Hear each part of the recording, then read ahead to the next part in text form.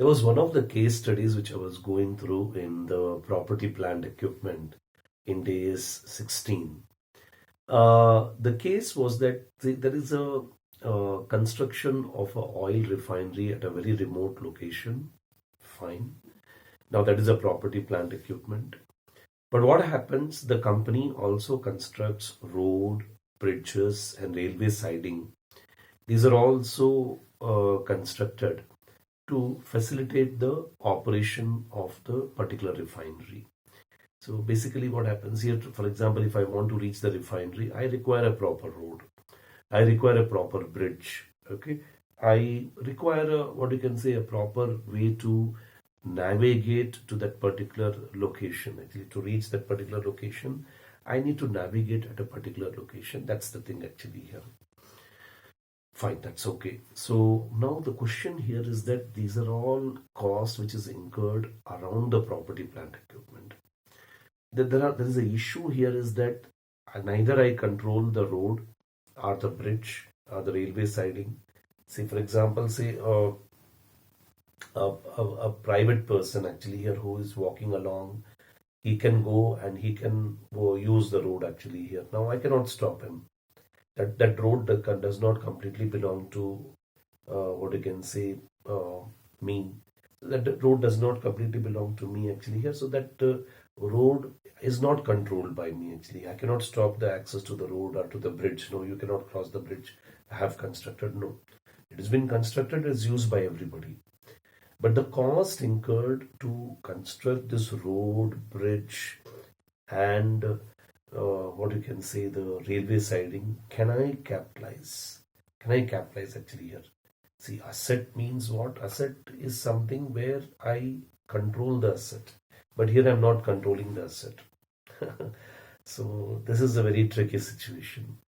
First of all, when we see para 7 of IndAs 16, para 7 of IndAs 16 talks about the recognition of the what you can say property plant equipment.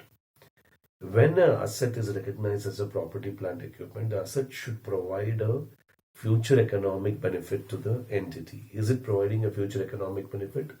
And the cost can be measured reliably. The cost should be measured reliably. That's the thing here. So these are the two very important conditions for what you can say to recognize a property plant equipment. So property plant equipment comprises of land and building. Okay, it comprises of what you can say the various other assets like say aircraft, motor car, motor vehicle, ships, office equipment, bearer plant. They are all part of what you can say the property plant equipment. So now in this case, IndAs 16 does not prescribe the unit of measuring a cost. It does not provide for that. The measurement of cost, it depends upon the circumstances of the each entity. Okay, so it depends upon different item will have a different way of measuring the particular cost. It depends upon the circumstances as such.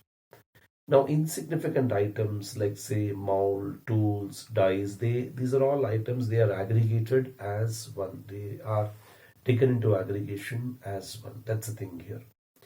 Now, when we talk about the para IndAs 16, IndAs 16 it talks about even how do you measure the measurement of cost of property plant equipment. So there are three aspects. The first aspect is PIN. PIN is what? The purchase price. The import duties, I is import duties, N is non-refundable purchase taxes. Minus you have to reduce the trade discount. Trade discount has to be reduced. And minus what you have to reduce the trade discount, and you should reduce other rebates which are related to it. The second aspect of the valuation of the cost is that cost directly attributable to bring the asset to the present location and condition where the asset can be operated as intended by the what you can say by the management. Asset like say as intended to be operated by the management. That's the thing actually here. And the next thing what happens actually here is that the initial cost which is incurred for what you can say dismantling the asset actually. So whatever initial cost you have incurred to what you can say dismantle the asset, and also what you can say the for the removal of the asset and restoring the location. That's the thing here. So these are the things, that is IRR, that is initial cost of the estimated cost of dismantling the asset. Then R is removal of asset and restoring the location to the present scenario. Okay, this is how you go for the measurement of the property plant equipment. Now the railway siding, road, bridge is required to facilitate the operation of refinery in a smooth manner. So it is very much required to earn the future economic benefit.